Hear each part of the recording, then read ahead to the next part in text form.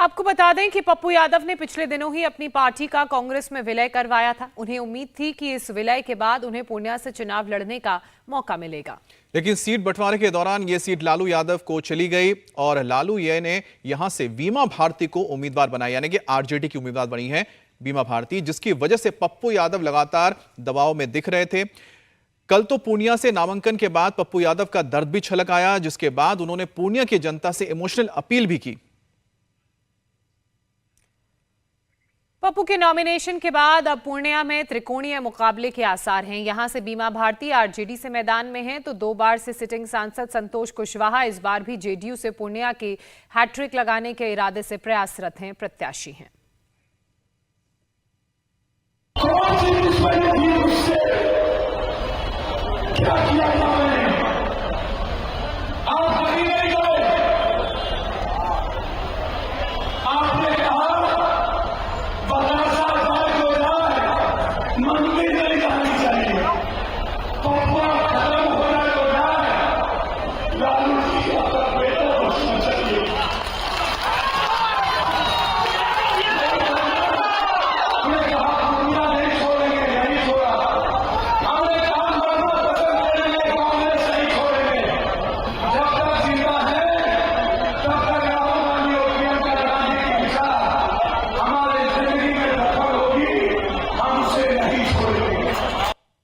और हमारे साथ नीतीश चंद्र भी जुड़ गए हैं।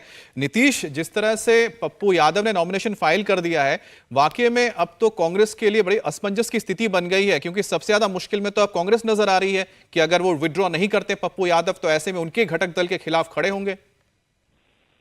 जी हाँ, बिल्कुल यही कारण है कि प्रदेश अध्यक्ष अखिलेश सिंह ने उनको एक अपील भी की है कि उनको अपना नामांकन वापस ले लेना चाहिए। वो अधिकृत उम्मीदवार नहीं है। उदाहरण भी दिया जा रहा है कि औरंगाबाद से काफी सीनियर लीडर है निखिल बाबू, उन्होंने नामांकन नहीं किया क्योंकि वो भी चाह रहे थे वहां से टिकट। तो कोशिश ये जरूर की जा रही है, लेकिन पप्पू यादव मानेंगे या नहीं मानेंगे ये सबसे बड़ा सवाल है। नामांकन वापसी की आखिरी तारीख 8 अप्रैल है, बहुत ज्यादा वक्त नहीं है, लेकिन जिस तरह से पप्पू यादव के तेवर नजर आ रहे हैं, ऐसा नहीं लगता कि वो कोई नामांकन वापस लेंगे।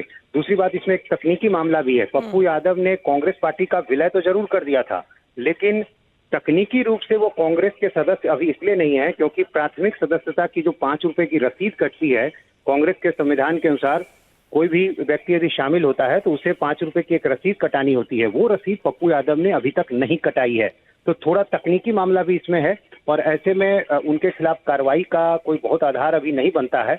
हाँ, ये जरूर है कि यदि वो कांग्रेस पार्टी के सिंबल का इस्तेमाल करते हैं, उनके चुनाव चिन्ह का इस्तेमाल करते हैं प्रचार के दौरान, तब ऐसी स्थिति में पार्टी उनके मतलब नीतीश, ये कहा जा सकता है कि अगर कांग्रेस की बात वो नहीं मानते हैं और अगर क्योंकि नामांकन तो फाइल कर ही चुके हैं और 8 तारीख से पहले नाम वापस नहीं लेंगे, तो वो निर्दलीय चुनाव लड़ सकते हैं, क्योंकि ये टेक्निकल कारण आ सकता है।